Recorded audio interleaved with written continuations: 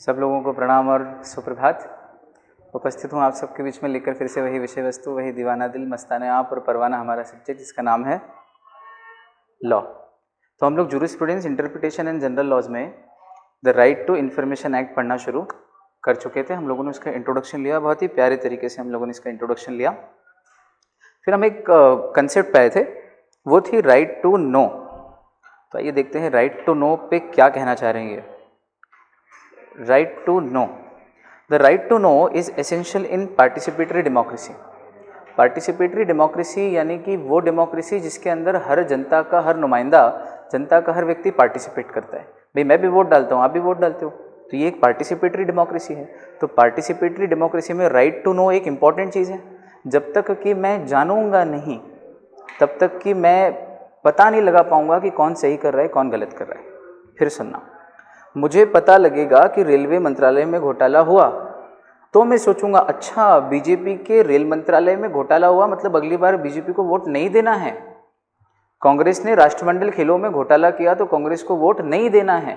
मतलब participatory democracy में मेरे जैसा एक आम नागरिक वोट तब देता है जब उसको कोई पसंद आए। पसंद तब आता है जब वो अच्छे काम करे, और अच्छे काम या बुरे काम हमको पता लगना चाहिए। और वो कब पता लगते हैं? जब हमको जानकारी मिले। और जानकारी कब मिलती है? When you have a right to know and you exercise that right. तो मैं गया रेलवे डिपार्टमेंट में, आरटीआई की एप्लीकेशन लगाई, वहाँ से खबर निकलाई कि रेलवे पटरी बिछाने में क्या क्या खर्चा आया और किस कंपनी को ठेका दिया, और पता चला उसके अंदर 300 करोड़ का घोटाला है। तो उस 300 करोड़ के घोटाले के कारण मैंने विचार कर लिया कि अब मैं बीजेपी को वोट नहीं दूंगा, तो मैं किसी ईमानदार को वोट दूंगा। तो क्या बेईमान बाहर हो जाएगा राइट टू इन्फॉर्मेशन के कारण और ईमानदार आ जाएगा? तो डेमोक्रेसी की नींव मजबूत होगी कि नींव खोखली होगी? आरटीआई आने के बाद मजबूत होगी। गलत लोग डरेंगे गलत काम करने से, क्योंकि आरटीआई के तहत उजागर हो जाएगी सब चीज़ें। वही तो कल भी कह रहे थे हम। तो अभिप्राय यह है कि राइट टू नो डेमोक्रेसी का, पार्टिसिपेटरी डेमोक्रेसी का क्या एक एसेंशियल फीचर है या एक एसेंशियल आइटम है उसके अंदर? जवाब है हाँ। लाइन समझ में आई? क्या लिखिए, it has its roots in article 19 and article 21 of the constitution of India. तो आर्टिकल 19 जो बात करता है राइट टू फ्रीडम की, है ना, और article 21 right to freedom of life and personal liberty. तो बेसिकली 19 और 21 दोनों अगर क्लब किए जाए तो राइट टू फ्रीडम के अंतर्गत आते हैं। तो राइट टू फ्रीडम किस बात की? फ्रीडम इस बात की कि मैं जो चाहे वो बोलूँ, मैं जो चाहे उसको वोट दूँ, मैं जिस चाहे उस पॉलिटिकल पार्टी को सपोर्ट करूँ, मैं जो इन्फॉर्मेशन मांगना चाहूँ वो मांगूँ। ये सभी किस में जाएगा? ये सभी जाएगा आर्टिकल 19 और आर्टिकल 21 में। Basically RTI is not a constitutional और अ फंडामेंटल राइट। फिर कहता हूँ, right to information is not a fundamental right और अ कॉन्स्टिट्यूशनल राइट। लेकिन राइट टू इन्फॉर्मेशन की जड़ें कहाँ हैं? जड़ें हैं आर्टिकल 19 और आर्टिकल 21 में। ठीक, अब आर्टिकल 19 और आर्टिकल 21 आपको तब क्लियर हो जाएगा जब हम कॉन्स्टिट्यूशन ऑफ इंडिया पढ़ेंगे, है ना। कुछ बच्चों का पढ़ा हुआ हो सकता है जो CSEET से आते हैं, मुझसे पढ़ा हुआ है उनका, आर्टिकल 19 से लेकर सब कुछ उनको पता है, अभी याद भी होगा मुझे लगता है ताज़ा ताज़ा। जो फाउंडेशन से आते हैं उनको अभी पढ़ना बाकी है कॉन्स्टिट्यूशन ऑफ इंडिया। नेवरदलेस हम तो पढ़ेंगे, तब ये और क्लियर हो जाएगा। लेकिन इतना अभी हम समझ के चलें कि आर्टिकल 19 और आर्टिकल 21 में जो फ्रीडम दी हुई है, उन फ्रीडम की जड़ों से ही कहीं राइट टू इन्फॉर्मेशन भी उपजा है। ठीक है, फिर क्या कह रहे हैं? फिर कह रहे हैं भाई a person has a right to hold a particular opinion. और वो ओपिनियन किससे बनेगा? इन्फॉर्मेशन से। आपको इन्फॉर्मेशन लगी कि भाई जूरिस्प्रूडेंस सौरभ सर पढ़ा रहे हैं, तो आपने एक ओपिनियन बनाया कि चलना चाहिए। अरे बस समझ में, इन्फॉर्मेशन पे ही तो ओपिनियन बनता है, और ओपिनियन से ही तो वोट बनता है। बात वही है, पहली लाइन डेमोक्रेसी वाली, है ना। तो पार्टिसिपेटरी डेमोक्रेसी में ओपिनियन बनना कितना ज़रूरी। मेरा कोई ओपिनियन ही नहीं तो मैं क्या करूँगा? वोट नहीं देने जाऊँगा। और जब बहुत सारे लोग सोच लेंगे वोट नहीं देना, तो डेमोक्रेसी तो खत्म ही होगी ना यार। अगर वोटर टर्नआउट 20%, 10% हो तो क्या मजा आएगा इस देश में डेमोक्रेसी चलाने में। जब 70% वोटिंग होती है तो अपने को लगता है ना कि हाँ यार वोटिंग अच्छी हुई, मतलब देश की जनता डेमोक्रेसी में बढ़ चढ़ के हिस्सा ले रही है। तो वो कब होगा? जब लोगों का ओपिनियन होगा। ओपिनियन कब होगा? जब इन्फॉर्मेशन होगी, है ना। एक एक चीज़ रिलेट होती जा रही है क्या? बस खत्म हो जाएगा इंट्रोडक्शन तो फिर अपन प्रोविजंस पे आ जाएंगे। फिर है, but to sustain that opinion information is needed. This is what I said, to sustain an opinion information is needed. For sustaining and nurturing that opinion it becomes necessary to receive information. और वो opinion बना रहे और nurture हो। देखो, जन्म देना और जन्म देने के बाद उसको पालना पोसना और बनाए रखना, कि जन्म देने के बाद मार डालना नहीं, जन्म देना और जन्म देने के बाद उसको पालना पोसना बनाए रखना और बढ़ाना, यही करती है माँ बाप बस। तो इन्फॉर्मेशन ने हमारा ओपिनियन बनाया और वो ओपिनियन हमारा बना रहे, सस्टेन रहे और नर्चर हो, इसके लिए ज़रूरी है कि हमको लगातार भी इन्फॉर्मेशन मिलती रहे। इसलिए एक बार इन्फॉर्मेशन देने का एक्ट नहीं है, बार बार इन्फॉर्मेशन देने वाला एक्ट है। जब चाहो तब जाओ और इन्फॉर्मेशन मांग लो। आज मांगी मैंने रेलवे डिपार्टमेंट से, महीने भर बाद जाके फिर मांग सकता हूँ। वो बोलेंगे यार मैं 1 महीने पहले ही तो आया था और तू ही आया था, अब क्यों आ गया वापस? एक्ट में तो लिखा है कि एक ही बार इन्फॉर्मेशन देगा एक डिपार्टमेंट, लेकिन एक्ट में ऐसा नहीं लिखा है। क्यों? क्योंकि एक्ट भी चाहता है कि ये चीज़ एक बार ना हो, बार बार हो। बार बार होगी तभी तो सस्टेन और नर्चर हो पाएगा। लॉजिक पकड़ में आया? वर्ड क्यों लिखा है ना? यद्यपि ऐसा कुछ लिखने को नहीं आएगा एग्जाम में। ये जो लाइनें हैं ये जनरल इंट्रोडक्शन है इस चैप्टर का, लेकिन ये लाइनें पढ़ने से हमको वहाँ कितनी मदद मिलेगी, हमारे लॉजिक्स बनते हैं इन चीज़ों से, इंट्रोडक्शन से। आगे फिर है article 21 gives a right to know which include a right to receive information. Article 21 जो मैंने कहा था protection of life and personal liberty, तो वो आपको राइट टू रिसीव इन्फॉर्मेशन भी देता है कहीं पे, है ना। लेकिन उस राइट टू रिसीव इन्फॉर्मेशन को कानूनी अमली जामा पहनाया इस एक्ट ने। फिर आते हैं the interesting thing to be noted over here is that the right to receive information has its root, ये तो रिपीट हो गई लाइन। फिर नीचे आते हैं article 19(1)(a) of our constitution guarantees to all its citizens freedom of speech and expression under reasonable restrictions. सुना होगा आपने ये freedom of speech and expression, हर व्यक्ति को अपनी बात, स्पीच यानी बोलना और एक्सप्रेशन यानी कि उसको व्यक्त करना। अब अगर मैं आपको देख के कहूँ कि यार ये मेरा एक्सप्रेशन है, मैं ये एक्सप्रेस कर रहा हूँ कि तू तो पागल है, समझ रहे बात को? या आपको देख के मैं कह रहा हूँ, चेल्सी को देख के मैंने कहा कि चेल्सी कनिका दिमाग की तेज है, तो ये मेरा एक्सप्रेशन है। और अगर मैं मुंह से कहूँ कि भाई तू बहुत बुद्धिमान है, तो ये मेरा स्पीच है। तो स्पीच और एक्सप्रेशन मुझे क्या देना है? क्या इसकी मुझे फ्रीडम नहीं है? बिल्कुल है। किसने दी मुझे ये फ्रीडम? कॉन्स्टिट्यूशन ऑफ इंडिया ने। कौन से आर्टिकल में? 19(1)(a) में। ये तो सामान्य बात है, मैं मोदी जी के लिए बोल सकता हूँ कि भाई ये किसानों का कानून गलत बनाया है, या मैं मोदी जी के लिए अच्छा भी बोल सकता हूँ कि भाई इन्होंने जो ये चाइना के साथ लड़ाई में दम दिखाया है, डट के खड़ा रहा है भारत, झुका नहीं गलवान घाटी में, ये बहुत अच्छा किया। तो मेरे पास गुड स्पीच का भी अधिकार है और बैड स्पीच का भी अधिकार है।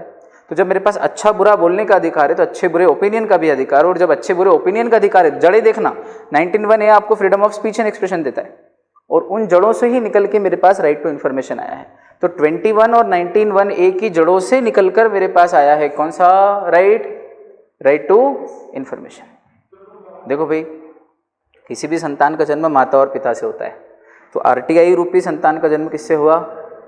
Freedom of speech and expression से और freedom of life and personal liberty से। Freedom of life and personal liberty बोलती है कि हर व्यक्ति को अपना जीवन अपने हिसाब से जीने का अधिकार है। तो इसमें भी ओपिनियन भी क्या रखना है, ये मेरा अधिकार आ जाएगा। भाई आपने सुना होगा फ्रीडम ऑफ, अपन ने आर्टिकल 21 पढ़ा था, तब कहा था मैं चाहे ये करूँ, मैं चाहे वो करूँ, मेरी मर्जी। गोविंदा का एक गाना था, मैं बीच सड़क बिस्तर बिछवाऊँ मेरी मर्जी, मैं बंदर को दारू पिलवाऊँ मेरी मर्जी, मेरी मर्जी, ये गाना है। तो भैया उसकी मर्जी। आज मैंने दाढ़ी नहीं बनाई, कल मैं पूरा एकदम क्लीन शेव होके आ जाऊँ, तो आप कोई बोलने वाले नहीं। और आप छोड़ो, भारत सरकार नहीं बोल सकती कि भैया आपने दाढ़ी क्यों बना ली, जब सब लोग आजकल दाढ़ी बनाने का ट्रेंड चल रहा है। तो नो शेव नवंबर, अभी तो खैर दूसरा महीना चल रहा है, जनवरी है। तो समझ रहे हो बात को? मेरी मर्जी है यार। तो जब मेरी मर्जी है, आर्टिकल 21 मुझे फ्रीडम देता है अपनी ज़िंदगी अपने हिसाब से जीने की, तो फिर ओपिनियन भी मैं अपने हिसाब से बना सकता हूँ। बोलो हाँ, ठीक। तो 21 से कैसे निकल के आया RTI, ये भी समझ में आया। अब 19(1)(a) से कैसे निकल के आया, ये भी प्रूव करते हैं। 19(1)(a) क्या बोलता है? Freedom of speech and expression. तो freedom of speech and expression मतलब आपको जो बोलना हो और जो व्यक्त करना है वो करो। हाँ, लेकिन उसमें लिखा है सब्जेक्ट टू रीजनेबल रिस्ट्रिक्शन। लिखा है क्या? देखना जरा, under express under reasonable restriction. तो ऐसा भी नहीं कि कुछ भी बोल दो, मैं कहीं पे खड़ा हो जाऊँ और जब बोल दूँ कि भाई भारत माता की, तो सब बोलते हैं जय, मैं बोल दूँ ऐसे की तैसी, देशद्रोह का केस लग जाएगा मेरे ऊपर। समझ रहे बात को? मैं करूँगा नहीं ऐसा कभी, मैं प्रणाम करता हूँ भूमि को, अपन तो सब देशभक्त हैं, लेकिन कोई बोल तो ले।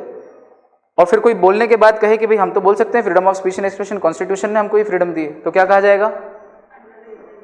Under reasonable restriction. बोलो जो बोलना है बोलो, अच्छा बोलो, बुरा बोलो, आपको पिक्चर पसंद नहीं आई बोल दो बकवास है, आपको पसंद आई तो तारीफ कर दो। तो बुरा भी बोल सकते हो किसी को, अच्छा भी बोल सकते हो, लेकिन कुछ चीज़ें ऐसी हैं रिस्ट्रिक्शन जो नहीं बोल सकते आप, ठीक। तो जब मुझे कुछ भी बोलने का अधिकार है, तो बोल के पूछने का भी अधिकार है। समझना, जब मुझे बोलने का अधिकार है तो बोलने वाला व्यक्ति सिर्फ एफर्मेटिव सेंटेंस बोलेगा कि इंटरोगेटिव भी बोलेगा? लॉजिक देखना, अफर्मेटिव बोलेगा या इंटरोगेटिव भी बोलेगा?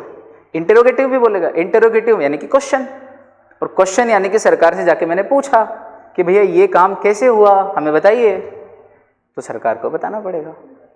आया समझ? इसका मतलब freedom of speech and expression में जो मुझे बोलने की आज़ादी है, इट इंक्लूड्स आज़ादी प्रश्न पूछने की, और जब प्रश्न पूछने की आज़ादी है तो इस जड़ से आरटीआई एक्ट निकला कि ठीक है, अगर तुमको प्रश्न पूछने की आज़ादी है तो सरकार तुम्हारा जवाब देगी। पूछो तुमको क्या जवाब चाहिए, क्या हुआ हमारे डिपार्टमेंट के अंदर, किसकी जानकारी चाहिए, हम सब देंगे। लेकिन उसमें भी कुछ ऐसी है जो नहीं देंगे। आप जाके पूछ लो कि भाई चाइना के खिलाफ हमारी अगले 3 साल की क्या रणनीति है, अगर चाइना ऐसा करेगा तो फिर हम क्या जवाब देने वाले, हमको बता दो। क्लासिफाइड इन्फॉर्मेशन तो नहीं मिलेगी। तो इसमें भी रिस्ट्रिक्शन है रीजनेबल, लेकिन इन जनरल सारी इन्फॉर्मेशन दे दी जाती है। अभी तो इंट्रोडक्शन ही चल रहा है, हम ये भी पढ़ेंगे कि कौन सी इन्फॉर्मेशन नहीं देने वाली एग्जेम्प्टेड है। अब जैसे मैंने अभी बताई डिफेंस से संबंधित, खुफिया इंटेलिजेंस से संबंधित, तो क्या ऐसी कुछ इन्फॉर्मेशन हैं जो बिल्कुल इस एक्ट में नहीं आती है? इस एक्ट में नहीं आती मतलब जो आरटीआई एक्ट के कवरेज में नहीं आती। इसका मतलब ये वो इन्फॉर्मेशन है जो मांगने पे भी नहीं मिलेगी, और फिर भी आप कुछ नहीं कर सकते सरकार का, क्योंकि ये बहुत क्लासिफाइड इन्फॉर्मेशन है। ऐसा कॉन्फिडेंशियल, सीक्रेट, क्लासिफाइड। बहुत बढ़िया। फॉर एग्जाम्पल, अब देखो राइट टू इन्फॉर्मेशन का महत्व। If your teacher asks you a question in the class, कौन टीचर? चलो मैं ही, मैंने क्वेश्चन पूछा, will you be able to answer the question if you have no information about it? No. तो आपकी स्पीच एंड एक्सप्रेशन क्या हो जाएगा? अटक जाएगा। क्यों? क्योंकि स्पीच और एक्सप्रेशन तब करोगे ना जब पता हो। इसका मतलब 19(1)(a) तब वैल्यूएबल होगा, तब महत्व होगा, आदमी उसका इस्तेमाल करके बोल पाएगा कब? जब उसको पता होगा। और पता कब होगा?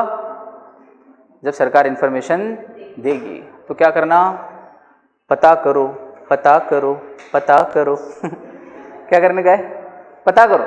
लेकिन हम पता गलत चीज़ करते हैं। कोई भी लड़की दिखी तो हम उस पर ये पता करने लग जाते हैं कि भाई ये लाहौर की है, कि ये दिल्ली की है, कि किसी और सिटी की है। भाई वाई टू टेक टेंशन कि लड़की कहाँ की? लड़की लड़की है, this is more than enough. It hardly matters कि लड़की किस सिटी को बिलोंग करती है। भाई लॉजिक है। और लड़की के लिए लड़का किस सिटी को बिलोंग करता है, क्या फ़र्क पड़ना है? बताओ। तो all you need to have is information. That's where the introduction does all the tricks for us. चलो भाई थोड़ा सा आगे बढ़ते हैं। You will be able to answer the question and express your views about it only if you have knowledge about the topic.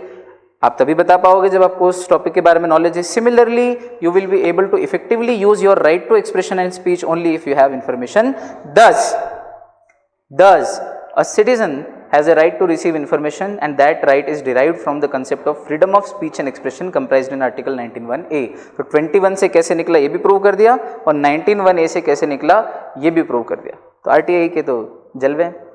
अच्छा, the state on one hand is under an obligation to respect the fundamental rights of the citizen, and on the other hand has an obligation to make sure that these rights are meaningfully and effectively enjoyed by one and all. State यानी सरकार, state यानी सरकार।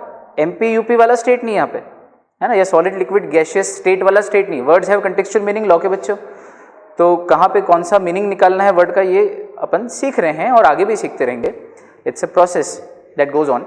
तो देखो भाई यहाँ पे state शब्द का अर्थ है सरकारें, उसमें केंद्र सरकार भी आ गई, राज्य सरकार भी आ गई, भारत के सारे गवर्नमेंट डिपार्टमेंट भी आ गए, अपन ने कॉन्स्टिट्यूशन में देखी वो। तो स्टेट किस ऑब्लिगेशन में है, स्टेट पे क्या जिम्मेदारी है कि वो सिटीजन के फंडामेंटल राइट्स को इफेक्टिवली इम्प्लीमेंट ही ना करवाए, है ना। क्या लिखा है कि सिर्फ फंडामेंटल राइट्स देना ही उनकी जिम्मेदारी नहीं है, बल्कि वो फंडामेंटल राइट्स इफेक्टिवली और मीनिंगफुली एंजॉय भी कर सकें सब लोग। मैंने आपसे कहा कि बच्चों आप इस क्लास के अंदर आइए और बैठिए, आपको बिल्कुल आराम से बैठने का अधिकार है, ये मैंने आपको फंडामेंटल राइट दिया, ठीक, क्लास का फंडामेंटल राइट। फिर कोई लड़का आपको परेशान कर रहा है, कोई दूसरी लड़की आपको तंग कर रही है, कोई तीसरी लड़की आपको कोहनी मार रही है, नज कर रही है कि देख देख वो तेरे को देख रहा है ना। तो अब आप परेशान हो रहे हो, आप पढ़ने बैठे हो और आपके आसपास के दोस्त आपको डिस्टर्ब कर रहे हैं। तो फिर आप मेरे पास लेके आए शिकायत कि सर देखो ये ऐसा कर रहा है। तो मैंने कहा कुछ भी नहीं हो सकता भाई। तो आप क्या बोलोगे, सर आपने तो राइट दिया था कि हम क्लास में पीसफुली बैठ सकते हैं। तो मैंने कहा वो राइट तो मैंने अभी भी दिया है, पर बोले सर हम उस राइट को मीनिंगफुली एंजॉय कहाँ कर पा रहे हैं। राइट दिया है तो हमको उसको मीनिंगफुली एंजॉय भी तो करवाओ। तो आपकी जिम्मेदारी, मेरी जिम्मेदारी यानी टीचर की जिम्मेदारी सिर्फ राइट देना नहीं है, बच्चा वो राइट मीनिंगफुली और इफेक्टिवली एंजॉय कर पाए ये भी मेरी ही जिम्मेदारी है। और उसके लिए जो जो करना पड़े, रेमेडी देना पड़े, किसी और को सजा देना पड़े, किसी को क्लास से बाहर निकलना पड़े, तो वो भी चलेगा। आई क्या बात समझ? तो ये लाइन कितनी इंपॉर्टेंट है, कॉन्स्टिट्यूशन में भी काम आएगी। स्टेट की जिम्मेदारी, मैंने लॉजिक बिल्डिंग किया है मेरे एग्जाम्पल से, स्टेट की जिम्मेदारी सिर्फ इतनी नहीं है कि वो राइट्स दे, बल्कि उन राइट्स को सिटीजन लोग इफेक्टिवली और मीनिंगफुली एंजॉय भी कर पाएं, ये भी किसको ध्यान रखना है? स्टेट को। Got it? गॉट इट और नॉट? चलो आगे बढ़ते, गॉट इट। अब आते हैं ऑब्जेक्टिव ऑफ द एक्ट। अब कोई ऐसा व्यक्ति मुझे बता दो जो इतना अच्छा इंट्रोडक्शन सुनने के बाद ऑब्जेक्टिव अपने खुद से मन से ना बता सके। ऐसा लग रहा है ना, सब चीज़ें रिपीट हो रही है बार बार, है ना? तो वो ऐसा इसलिए है क्योंकि एक बार ये कंसेप्ट दिमाग में बैठ गई तो आगे तो बहुत ही फ्री फ्लोइंगली दिमाग में घुस जाएगा। बताइएगा भाई, क्या है ऑब्जेक्टिव इस एक्ट का? मन से बताइए। तो पहला ऑब्जेक्टिव भाई कि ट्रांसपेरेंसी आए, दूसरा सरकार अकाउंटेबल रहे। जब सरकार को हम देखते रहेंगे तो सरकार की जिम्मेदारी बढ़ जाएगी कि सब कुछ सही करे।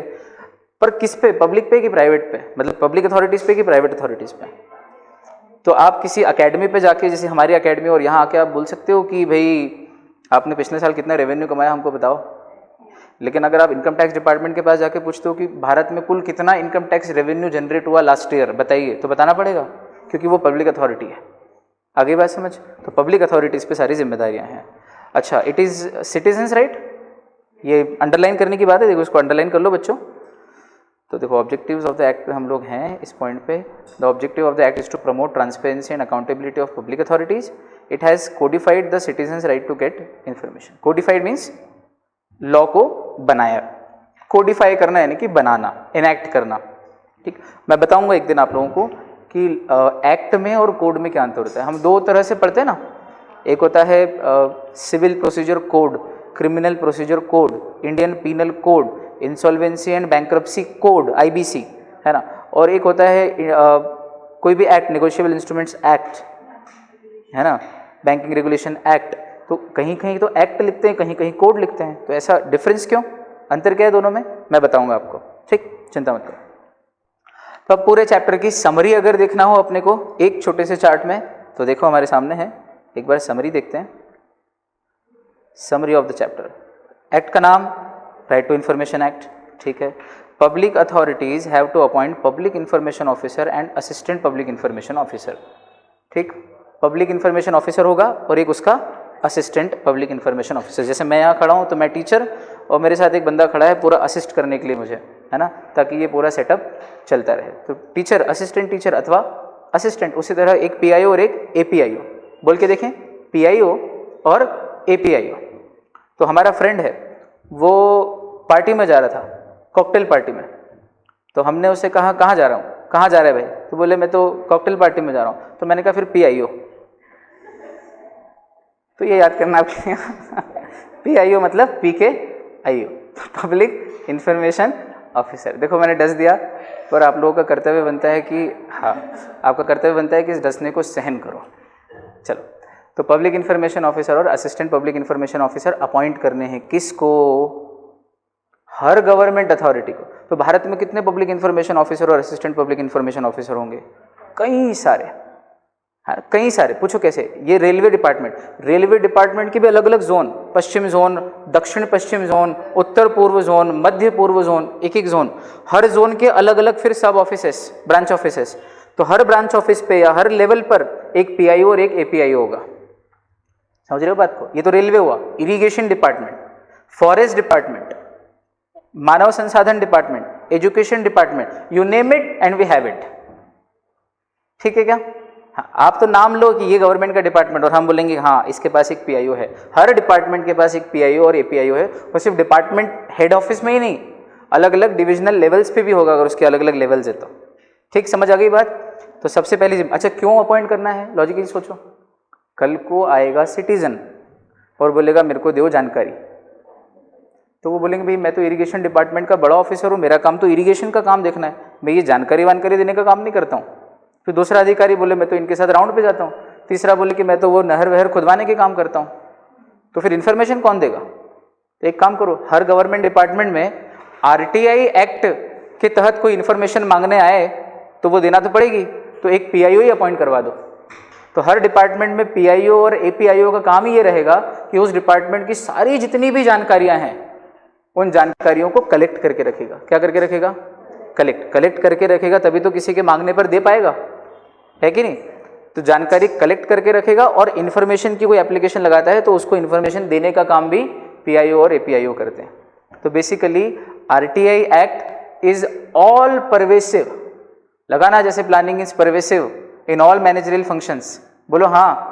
प्लानिंग के बाद ऑर्गेनाइजिंग में भी प्लानिंग है, स्टाफिंग में भी प्लानिंग है, डायरेक्टिंग में भी प्लानिंग है, कंट्रोलिंग में भी प्लानिंग है, प्लानिंग हर जगह है। उसी तरह से आरटीआई एक्ट एक ऐसा एक्ट है जो गवर्नमेंट के हर डिपार्टमेंट में परवेसिव है। आरओसी में भी मिल जाएगा आपको, मतलब मिनिस्ट्री ऑफ कॉर्पोरेट अफेयर्स का डिपार्टमेंट जो है, रीजनल डायरेक्टर और इनके जहां जहां भी ऑफिस है वहां पर भी पीआईओ मिल जाएगा। सेबी गवर्नमेंट अथॉरिटी, सेबी में भी पीआईओ है। आप जाइए और उनसे पूछिए सेबी से उनसे रिलेटेड जानकारी। तो सेबी में कि कौन कौन ऑफिसर है, सेबी का हेड कौन है, चीफ कौन है, अदर ऑफिसर्स कौन है, उनकी कितनी सैलरी है, वो कहाँ कैसे किस किस ऑफिस में ट्रांसफ़र हुआ, पोस्टिंग हुई, फिर इस डिपार्टमेंट को गवर्नमेंट से कितना बजट मिला। आपको जो जो जानकारी सेबी के बारे में चाहिए जाइए और पूछ लीजिए। तो सेबी का काम करने वाले सेबी के दूसरे अधिकारी हैं, असल काम करने वाले, लेकिन उनकी इन्फॉर्मेशन कलेक्ट करके मैनेज करने वाले और मांगने पर देने वाले पीआईओ एपीआईओ रहेंगे, और ऐसा हर डिपार्टमेंट में होगा।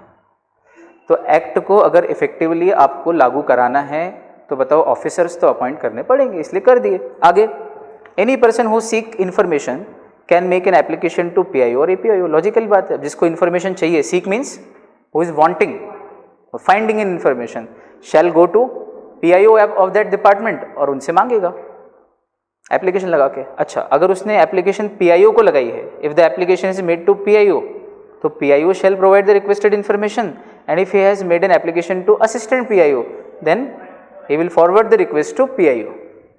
So you can go through two channels, either go directly to PIO or go to APIO. APIO will forward your application to PIO. Basically the person who is responsible to give the information and who will decide whether such information should be given or not will be PIO. Understood? As easy as that. आगे बढ़ते हुए, there are certain important definitions which we need to see. आ जाए हम लोग definitions पे, है ना? चलो, पहली डेफिनेशन पब्लिक अथॉरिटी की, तो सम इंपॉर्टेंट डेफिनेशंस, और इसमें पहली है public authority, section 2 clause H। यही डेफिनेशन कॉन्ट्रैक्ट एक्ट में कॉन्ट्रैक्ट की है, 2 क्लॉज H, है ना? तो याद करना कितना आसान हो जाएगा, थोड़ा सा रिलेट कर लेना, पब्लिक अथॉरिटी कॉन्ट्रैक्ट एक्ट, ऐसा कुछ कर सको तो 2 क्लॉज H। सेक्शन को पढ़ते कैसे, इस पर हम पहली बात कर चुके हैं, है ना? आगे देखते हैं। प्रश्न मेरा आपसे कि पब्लिक अथॉरिटी की ही डेफिनेशन क्यों पढ़ रहे हैं, हम प्राइवेट की क्यों नहीं पढ़ रहे हैं? क्योंकि एक्ट सिर्फ पब्लिक अथॉरिटीज पे एप्लीकेबल होता है, प्राइवेट अथॉरिटीज पे एप्लीकेबल ही नहीं होता है। ठीक है, ये समझ में आया। तो प्राइवेट अथॉरिटी की फिर भी बता तो देते, ताकि पता रहे कि प्राइवेट अथॉरिटी इसको बोलते हैं और इसके ऊपर ये एक्ट एप्लीकेबल नहीं होता है। तो इसका लॉजिक ये है कि जब दो ही तरह की चीज़ें होती हैं और एक को डिफाइन कर दिया जाए तो दूसरे की डेफिनेशन इन नेगेशन बनती है कि दूसरा वो है जो पहला नहीं है, जैसे कि प्राइवेट पब्लिक लिमिटेड कंपनी में किया था, या इक्विटी प्रेफरेंस शेयर में करते हैं हम, है ना? प्रेफरेंस शेयर पढ़ाने के बाद बोले इक्विटी, बोले which are not preferential in nature are equity share. Public company बोले which is not a private company is a public company. उसी तरह से प्राइवेट अथॉरिटी बोले पब्लिक को डिफाइन कर दो पहले, और फिर वो जो पब्लिक अथॉरिटी नहीं है वो प्राइवेट अथॉरिटी, और जो प्राइवेट अथॉरिटी है उसके ऊपर ये वाला एक्ट लागू नहीं होता है। क्या लेके उठा? बालक या बालिका यहाँ से कंसेप्ट लेके उठेगा, बोलो हाँ। और सिर्फ ये नहीं जो लिखा है, वो जो नहीं कहा है, जो अनकहा है, जो अनसेड है, जो अनटोल्ड है, वो भी इम्प्लाइडली इन्फर करके इंटरप्रेट करके हम उठेंगे। तो पढ़ेंगे तो 10 और लेके उठेंगे 12, ऐसा सिर्फ अपन ही कर सकते हैं ना? मतलब आप पैसे दोगे 10 के लेके और मिलेंगे आपको 1 दर्जन, है ना? चलो तो आगे बढ़ते हैं। तो पब्लिक अथॉरिटी की डेफिनेशन में क्या क्या आ रहा है देखें जरा बालकों। It is an authority or institution formed under constitution, under any central act, under any state act or by any notification by appropriate government. चलो एग्जाम्पल देता हूँ। ऐसी कोई अथॉरिटी या इंस्टीट्यूशन बताओ जिसको कॉन्स्टिट्यूशन ने बनाया, तो उसका नाम है पार्लियामेंट ऑफ इंडिया। बोलो हाँ। क्या पार्लियामेंट ऑफ इंडिया को कॉन्स्टिट्यूशन ऑफ इंडिया ने बनाया है? हाँ। कहाँ लिखा है कि इस देश में एक पार्लियामेंट होगी? कॉन्स्टिट्यूशन में। तो पार्लियामेंट क्या है? Constitutional body. State legislative assemblies, विधानसभा। पार्लियामेंट में लिखा है कि हमारे देश में बाइकैमरल सिस्टम होगा। बाइकैमरल मतलब या फेडरल सिस्टम होगा, फेडरल, जिसके अंदर ऊपर केंद्र में पार्लियामेंट होगी लॉ मेकर बॉडी और स्टेट में विधानसभा होगी। तो ये कहाँ लिखा है? ये सिस्टम होगा देश चलाने का, पार्लियामेंट कॉन्स्टिट्यूशन में लिखा है। इसका मतलब एनी अथॉरिटी, सुनना, एनी अथॉरिटी या इंस्टीट्यूशन फॉर्म्ड अंडर कॉन्स्टिट्यूशन। तो कॉन्स्टिट्यूशन ने किसको बनाया? पार्लियामेंट को, स्टेट लेजिस्लेटिव असेंबलीज को, और इनके अंदर बैठे हुए सभी लोग, सभी सांसद, सभी विधायक, राष्ट्रपति, प्रधानमंत्री, इन सब के ऑफिसेस, ये सब पब्लिक अथॉरिटी में जा रहे हैं, ठीक, क्योंकि ये सब कौन सी बॉडीज हैं? कॉन्स्टिट्यूशनल बॉडीज हैं। दूसरा, एनी सेंट्रल एक्ट। चलो, सेंट्रल एक्ट मतलब जो पार्लियामेंट से पास हुई, और स्टेट एक्ट मतलब जो स्टेट लेजिस्लेचर से पास हुई। अभी हमारे एमपी में लव जिहाद का कानून बना। अब लव जिहाद का कानून एमपी में बना कि केंद्र में बना? एमपी में, तो इसको क्या बोलेंगे? State act. और उस लव जिहाद के कानून के तहत एक लव जिहाद कमीशन बना दे, मान लो मध्य प्रदेश सरकार, मान लो लव जिहाद कमीशन, जिसका काम ये होगा कि देश, मध्य प्रदेश स्टेट में कहाँ कहाँ लव जिहाद के मामले हैं, किन किन तरीकों से होते हैं, और अवेयरनेस फैलाना लड़कियों में, लड़कों में कि भाई लव जिहाद और कन्वर्जन नहीं करना है, एंटी कन्वर्जन लॉ। तो ये जो बॉडी होगी लव जिहाद कमीशन या एंटी कन्वर्जन कमीशन, ये कमीशन एक बॉडी है, एक इंस्टीट्यूशन, एक अथॉरिटी है। ये किस एक्ट के अंतर्गत फॉर्म हुई? एंटी कन्वर्जन एक्ट, और ये of Madhya Pradesh, the MP anti conversion act. तो स्टेट एक्ट के तहत बनी हुई अथॉरिटी भी पब्लिक अथॉरिटी कहलाती है, ठीक आया? अच्छा, सेबी एक्ट मध्य प्रदेश का है, उत्तर प्रदेश का है, गुजरात का है कि भारत का है? तो सेबी एक्ट के तहत एक अथॉरिटी जिसका नाम है securities exchange board of India. तो क्या वो सेंट्रल अथॉरिटी है? Statutory authority. LIC statutory authority. तो अगर कोई सेंट्रल एक्ट, सेबी एक्ट के तहत कोई अथॉरिटी बनी है, तो वो authority formed under a central act is also a public authority. तो पब्लिक अथॉरिटी की डेफिनेशन में क्या क्या आ रहा है? कॉन्स्टिट्यूशन के अंडर फॉर्म हुई अथॉरिटीज, सेंट्रल एक्ट के तहत बनी हुई अथॉरिटीज, स्टेट एक्ट के तहत बनी हुई अथॉरिटीज। आ गई 3 समझ? आसान। और आखिरी, any notification by appropriate government. Appropriate मतलब जहां सेंट्रल हो वहां सेंट्रल, जहां स्टेट हो वहां स्टेट। इसलिए नाम ना देते हुए सेंट्रल या स्टेट गवर्नमेंट ना बोलते हुए अप्रोप्रिएट वर्ड यूज कर दे, एक जनरल वर्ड की, जो भी रीजनेबल, जो भी अप्रोप्रिएट गवर्नमेंट हो, वो अगर नोटिफिकेशन जारी करके, आपने सुना होगा सरकार कई बार कोई बॉडी का गठन कर देती है by notification in the official gazette notification जारी करके कहा कि यहाँ पे हमने एक समिति बना दी है या एक कमेटी बना दी है जो ये काम करेगी। सुना है कभी आपने? तो वो कमेटी या समिति भी एक अथॉरिटी है, एक इंस्टीट्यूशन बन गया है। और कई बार उसको एक्ट के तहत नहीं बनाया जाता है, कोई एक्ट बना के समिति नहीं बनाई जाती है। कई बार जरूरत पड़ने पर सिर्फ नोटिफिकेशन जारी करती है सरकार और एक समिति बना देती है, हाँ या ना? तो पब्लिक अथॉरिटी की डेफिनेशन में कौन कौन सी अथॉरिटीज़ आती हैं? फिर पूछता हूँ, पब्लिक अथॉरिटी की डेफिनेशन में कौन कौन सी अथॉरिटीज़ आती हैं? तो जवाब, वो सभी अथॉरिटीज़ जिन्हें कॉन्स्टिट्यूशन ने बनाया हो, या जिन्हें किसी सेंट्रल एक्ट के तहत बनाया गया हो, या जिन्हें किसी स्टेट एक्ट के तहत बनाया गया हो, या जिन्हें किसी भी स्टेट या सेंट्रल गवर्नमेंट ने नोटिफिकेशन ऑफिशियल गैजेट में जारी करके बनाया हो, वो सारी अथॉरिटीज़ पब्लिक अथॉरिटीज़ होती हैं। और उनको छोड़ के बाकी सभी अथॉरिटीज़ प्राइवेट अथॉरिटीज़ होती हैं। परफेक्ट, चलो आगे बढ़ते हैं। सब आ गए, स्टेट एक्ट के तहत बनते हैं। Municipal corporation, ICSI statutory corporation है। ICSI की वेबसाइट पे आप RTI एक्ट लिखा हुआ देखोगे साइड में, इट इज़ कब, और उसी RTI एक्ट के तहत आप अपनी कॉपी मंगा सकते हो कि मैं ये देखना चाहता हूँ कि आपने मेरी कॉपी में किस क्वेश्चन पे कितने मार्क्स दिए। इन्फॉर्मेशन मिल जाएगी आपको, है ना, लेकिन आपको ये अधिकार नहीं पूछने का कि इतने ही क्यों दिए।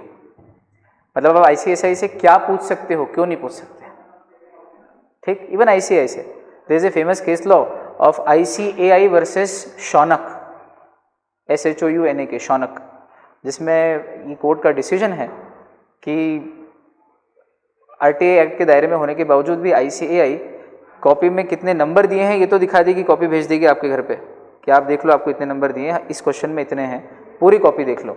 पर आप ये क्वेश्चन नहीं कर सकते उनसे कि भाई ये 6 नंबर के क्वेश्चन में 3 ही मार्क्स क्यों दिए, कहाँ कहाँ काटे ये भी दिखाओ, किस कारण से हमारे नंबर काटे, ये क्वेश्चन आप उनसे नहीं कर सकते, ठीक है। खैर आगे बढ़ते हैं बच्चों अपन।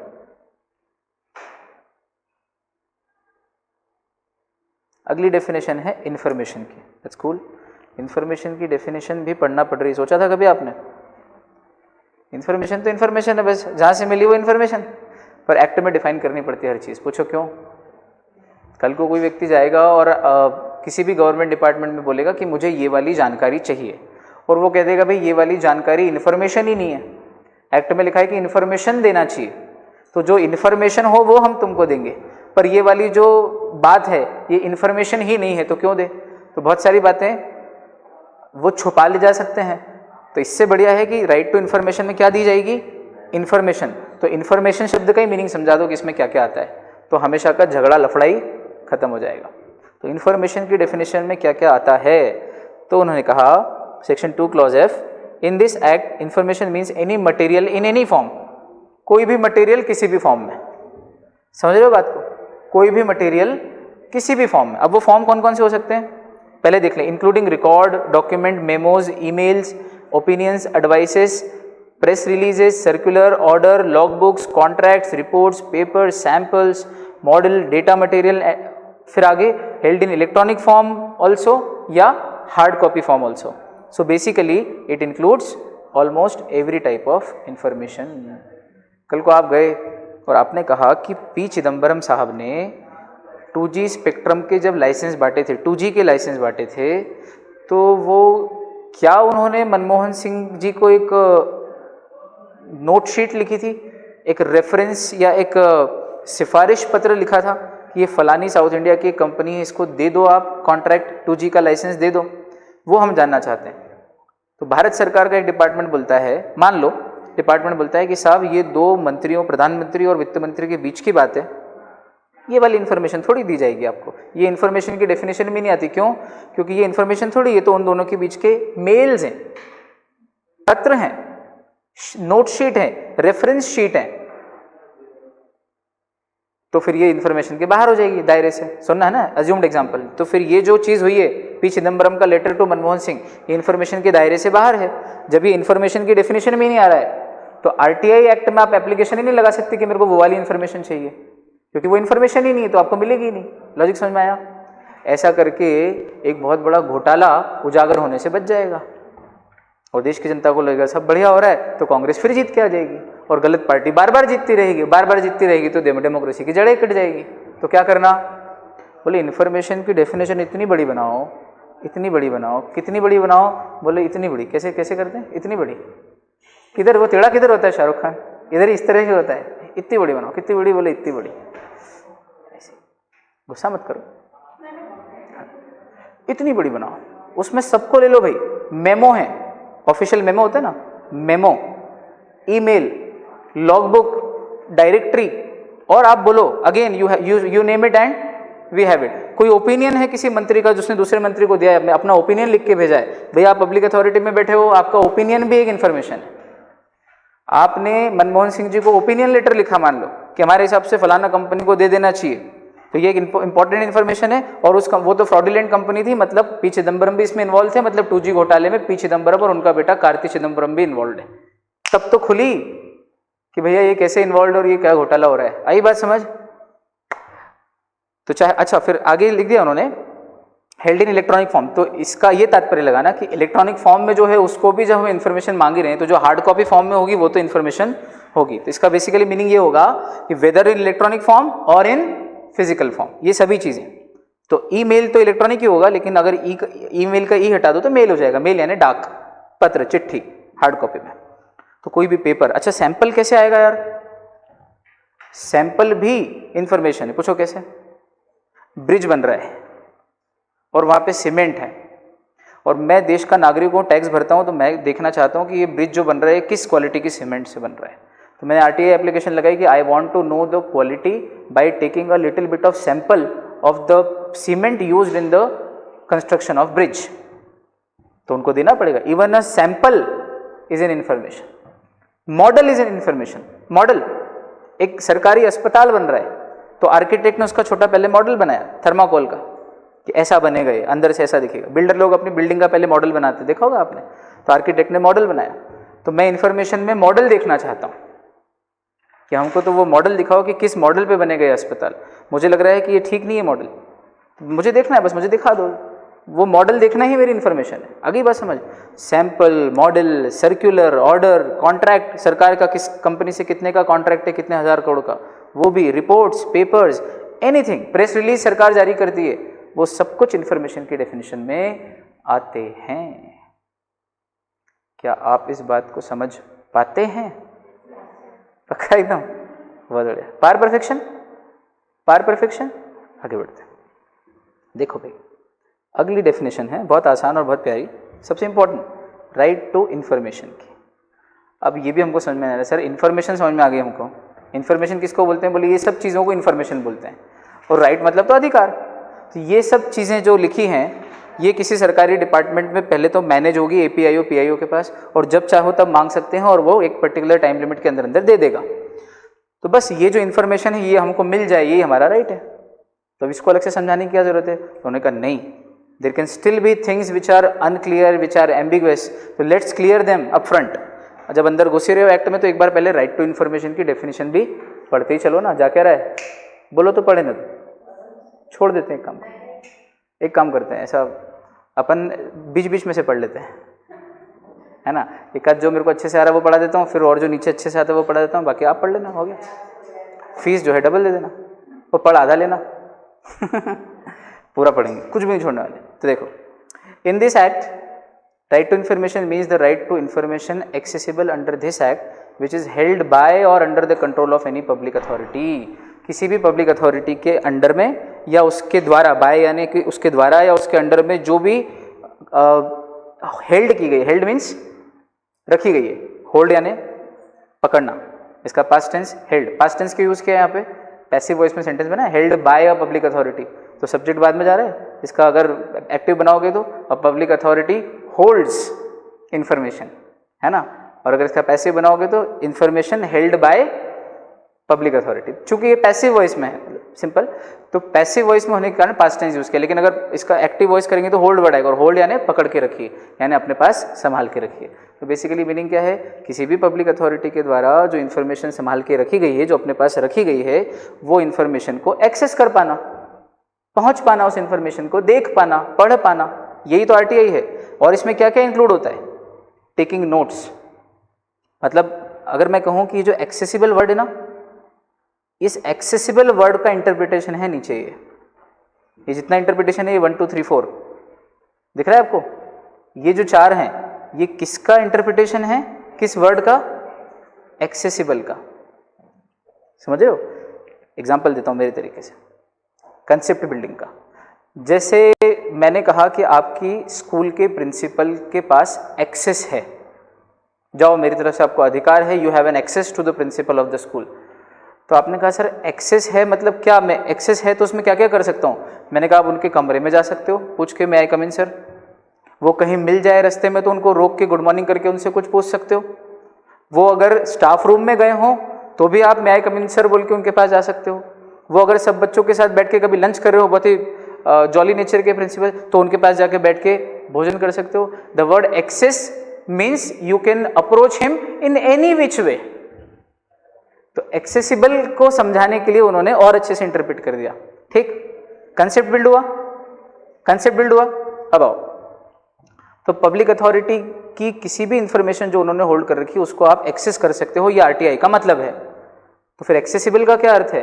तो बोले आप जाके वहाँ जाके नोट्स लेके आ सकते हो। नोट्स मीन्स गए, आपने कहा मुझे इन्फॉर्मेशन चाहिए, तो अधिकारी ने कहा आओ ये रिकॉर्ड रखा है देख लो। तो आपने देखा, और सिर्फ देखा नहीं, उसको देख के अपने साथ जो कॉपी लाए थे उसमें नोट्स, टेकिंग नोट्स, ताकि मुझे याद रहे। अब मैं देख के भूल जाऊंगा कभी तो मैं उसके नोट्स बना सकता हूँ। तो क्या किया मैंने? इन्फॉर्मेशन को एक्सेस किया। किस तरीके से? नोट्स बना के, अथवा एक्सट्रैक्ट्स, मैंने वो उतने पन्नों के एक्सट्रैक्ट ले लिए, यानी कि फोटोकॉपी कर ली, है ना। अथवा उतना पोर्शन ही सिर्फ लिख लिया जितना मुझे जरूरी चाहिए थी इन्फॉर्मेशन। सर्टिफाइड कॉपी ले ली, फोटोकॉपी निकला के उनसे साइन करवा ली। आप सर्टिफाई कर दो कि ये ओरिजिनल डॉक्यूमेंट की फोटोकॉपी, ताकि कल को मैं प्रेस कॉन्फ्रेंस करूं कि देखो ये घोटाला हुआ, और बाद में आप मुकर जाओगे कि ये इन्फॉर्मेशन तो हमारे रिकॉर्ड में ही नहीं है। इसलिए हम जब आपसे फोटोकॉपी लेंगे सरकारी रिकॉर्ड की तो आप उसको सर्टिफाई करके दोगे, इसलिए कौन सी कॉपी? Certified copy. समझ में आया वर्ड? देखो बहुत आसान था बेटा, ये मैं सिर्फ पढ़ देता और आपको रटवा देता तो भी काम हो जाता, लेकिन वो धोखा होता, आप जानते हो। 2 तरीके हैं, आप कहीं भी किसी से पूछो कि कैसा पढ़ाया, किसी और एकेडमी या कहीं पे भी, बोले बढ़िया पढ़ाते, बहुत बढ़िया पढ़ाते, अच्छा पढ़ाते। ये तब तक जब तक उसको पता नहीं हो कि पढ़ाई का असली तरीका क्या होता है। नहीं तो बच्चा ग्लैमर में जाता है। किस में जाता है? ग्लैमर, दो तरह के बच्चे होते हैं, ग्लैमर पसंद, एक कंटेंट पसंद। जिनको ग्लैमर पसंद आता है उनको शूशा एम्बियंस पसंद करते हैं, लॉजिकल बात है बिल्कुल। और जिनको कंटेंट, जो कंटेंट ड्रिवन लोग होते हैं वो कंटेंट को पकड़ते हैं। ये तरीका है पढ़ने का, और कोई तरीका ही नहीं है ना। चलो, तो एक्सट्रैक्ट ले लो, सर्टिफाइड कॉपी ले लो उस डॉक्यूमेंट या रिकॉर्ड का। अच्छा, इंस्पेक्शन ऑफ वर्क डॉक्यूमेंट और रिकॉर्ड कर सकते हो। कुछ नहीं, आप रिकॉर्ड को सिर्फ इंस्पेक्ट करके आ जाओ, वर्क को इंस्पेक्ट करके आ जाओ, डॉक्यूमेंट को इंस्पेक्ट करके आ जाओ। भाई मेरे को तो उस साइट पे ले जाओ जहाँ पर डैम बन रहा है। मैंने भारत सरकार का जो नदी से रिलेटेड मंत्रालय है ना, नदी का भी मंत्रालय, गंगा का भी मंत्रालय भारत में है ना, रिवर मिनिस्ट्री भी है। रिवर मिनिस्ट्री के अलावा गंगा की अलग मिनिस्ट्री हमारे देश में। See the importance of Ganga river, है ना। गाय के लिए मंत्रालय है, हाँ, तो गंगा और गाय, क्या बात कर रहे हो आप गंगा और गाय तो हमारे देश की सबसे मूलभूत वस्तुएं हैं। वस्तु भी नहीं कहेंगे तो पूज्य मानी जाती है। गाय की भी हम पूजा करते हैं कई मायनों में, गंगा को तो पूछते ही हैं लोग। तो वापस आते हैं, तो कहने का तात्पर्य यह है भाई कि वो जो कंसर्न मिनिस्ट्री है या कंसर्न डिपार्टमेंट है, हम गए और हमने कहा हमको सिर्फ इंस्पेक्ट करना है कि क्या हो रहा है। इंस्पेक्ट करने से मैं वो सब इन्फॉर्मेशन समझ जाऊंगा। तो right to information mean not only a written thing always, सिर्फ mere visibility, mere accessibility in the form of inspection is also information, right to information. तीसरा, taking certified samples of material. आया, sample ऊपर पढ़ा था हमने, sample भी information में आता है। तो वो सैंपल मैं सर्टिफाई करा के ले सकता हूँ कि ये सीमेंट का एक सैंपल जो है आप एक जिप थैली में मुझे दो और साइन करके दो कि हाँ ये सैंपल इतनी तारीख को हमने आपके यहाँ से लिया। अब मैं इसकी लेबोरेटरी जांच कराऊंगा और ये क्वालिटी ख़राब निकली तो प्रेस कॉन्फ्रेंस करके बोल दूंगा कि ये यहाँ पर बहुत बड़ा घोटाला हो रहा है, ये ब्रिज जो है बहुत घटिया क्वालिटी के सीमेंट से बन रहा है और ये मंत्री जी और ये जो कॉन्ट्रैक्ट ठेकेदार है ये सब गलत लोग हैं। सचिन टिचकुले कल भी था, आया समझ, खट्टा मीठा वाला, याद है आपको? सचिन टिचकुले खट्टा मीठा मूवी में था, अक्षय कुमार के थे। तो देखिए, खट्टा मीठा जो भी होता है हम सब कर लेते हैं and last, obtaining information in the form of diskettes, floppies, tapes, video cassettes or any other electronic mode or through printouts where such information is stored in a computer or in any other device. तो डिस्केट मतलब वही disc, बड़ी हो तो disc, छोटी हो तो डिस्केट। ये आपको लॉजिक दे देते हैं हम, जिसमें भी ETTE ये सफिक्स लग जाए मतलब छोटी चीज़। ETTE ये कहीं नहीं मिलेगा आपको, सुनना ध्यान से। बड़ा हो तो सिगार, छोटा हो तो cigar plus ETTE, cigarette, cigarette. Logic समझ में आया? बड़ा हो रखने का तो केस, पर छोटा सा हो जिसमें छोटी सी ऑडियो कैसेट रखते हैं, केस का छोटा रूप कैसेट, ETTE। अरे बस समझ में आ रही? बड़ी हो तो डिस्क, पहले गोल्डन कलर का ऐसा वो होता था भोंगा उसको ग्रामोफोन बोलते थे, है ना। और नीचे वो डिस्क रखते थे, गोल, बड़ी सी गोल ब्लैक कलर की, और उसको फिर ऐसे ही उठा के डिस्क रखते थे, फिर न्यू करते थे, वो गोल गोल घूमती थी। जब दिल ही टूट गया हम जी के क्या करेंगे, घूमती जाती थी। उस जमाने में ऐसे गाने बनते थे इसी आवाज़ में, शमशाद बेगम, नौशाद वगैरह ऐसे गाते थे पहले। लेकिन आज डिस्केट आ गई। क्या आ गई? बड़ी डिस्क की जगह छोटी डिस्केट आ गई। चीज़ समझ में आ गई? तो भाई वो चाहे डिस्केट में हो, फ्लॉपी में हो। फ्लॉपी हमारे समय चलती थी जब हम छोटे थे, जब तो फ्लॉपी कैसी होती थी, स्क्वायर डिवाइस होता था। देखिए, आपने देखी क्या फ्लॉपी? ठीक, ये सारे स्टोरेज डिवाइस हैं, है ना। जनरेशंस ऑफ कंप्यूटर आपने पढ़ी है, स्टोरेज डिवाइसेस आप लोगों ने कंप्यूटर में पढ़ रखे होंगे। IT एक्ट आपका बहुत अच्छे से पढ़ा हुआ है चले तो floppies, tapes, video cassettes or any other electronic mode, even अगर इलेक्ट्रॉनिक मोड में हो तो उसका प्रिंट आउट निकाल दो, प्रिंट आउट के तरीके से भी मैं एक्सेस कर सकता हूँ। तो मैं फ्लॉपी लेके, डिस्क लेके, टेप लेके, वीडियो लेके, JPG इमेज लेके या प्रिंट आउट लेके किसी भी तरीके से इन्फॉर्मेशन को एक्सेस कर सकता। अपने को तो देखने से मतलब है, कैसे भी दिखा दो। इन्फॉर्मेशन देखनी मेरे को तो कैसे भी दिखा दो। In other words it means right to obtain information in any form from the public authority. आखिरी में उन्होंने सार बोल दिया कि बोले यार इन सब का सार यही है कि कोई भी फॉर्म हो, तरीका कुछ भी हो, काम होना चाहिए। महत्व क्या है यहाँ पर? महत्व किसका है इस जगह पर? महत्व है साध्य का, साधन का महत्व नहीं। समझना है? साध्य साधन का तो रूल मालूम है ना आपको क्या होता है? साध्य मतलब जिसे हमें पाना है, साधन मतलब उसको पाने का प्रोसेस, कन्वीनियंस, कैसे हम वहाँ पहुँचेंगे, है ना। तो साध्य अगर आपका है एकेडमी आना, तो साधन चाहे सिटी बस हो, चाहे ट्रेन हो, बस हो, हेलीकॉप्टर हो, एरोप्लेन हो, पाँव 11 नंबर की गाड़ी हो, या कोई लिफ्ट दे दो तो लिफ्ट मांग लो, भाई साध्य से कोई फर्क नहीं पड़ता है। मेरे को आप क्लास में चाहिए टाइम पे, तो साध्य इंपॉर्टेंट होता है, कभी कभी साधन इंपॉर्टेंट, लेकिन ऐसा हमेशा नहीं होता। कभी कभी साध्य और साधन दोनों इंपॉर्टेंट। जैसे मुझे पैसे वाला बनना है तो वो मेरा गोल है, साध्य है, तो फिर साधन कुछ भी हो, सर ने बोला था साधन तो कुछ भी चलता है, तो चाहे बेईमानी करो, चाहे स्मगलिंग करो, अपने को साध्य तक पहुंचना है। 1 करोड़ का गोल बनाया, 1 करोड़ तक पहुंचना है, तो नहीं, वहाँ पर साध्य भी अच्छा होना चाहिए और साधन भी अच्छा होना चाहिए। तो चीज़ों को बाइफरकेट करके चलना, कोई एक रूल हर जगह एप्लीकेबल नहीं होता। और अपन ये बात हमेशा इसलिए करते चलेंगे क्योंकि अपने को एक सुलझावा व्यक्ति बनना है। Not only we need to become a knowledgeable person and achieve degree and be rich, but at the same time we need to be a good human being, and that comes in जब आप सुलझे हुए होते हो, आपकी सोच सुलझी हुई होती है, कहाँ क्या लगाना। एक चीज़ जो यहाँ लगती है इस पर्टिकुलर सिचुएशन में एप्लीकेबल है, वो दूसरी जगह एप्लीकेबल नहीं होती। और ये गुण जब हमारे अंदर आ जाता है, ये इंटरप्रिटेशन जब हमारे अंदर आ जाता है, तो फिर पर्सनैलिटी में एक अलग ही चमक आती है। धीरे धीरे होता है वो। मैं भी सीख रहा हूँ, आप भी सीख रहे हो, और लाइफ तो चलती जाएगी, सीखते रहेंगे, अंत तक भी सीखते रहता है आदमी, लाइफ के एंड तक। तो इस तरह से हमने ये तमाम बातें की, बहुत प्यार से आप लोगों ने सुना, अनुग्रहित हूँ। अगली मुलाकात करता हूँ आप लोगों से कल, तब तक के लिए bye bye, take care and keep smiling. Thank you so much.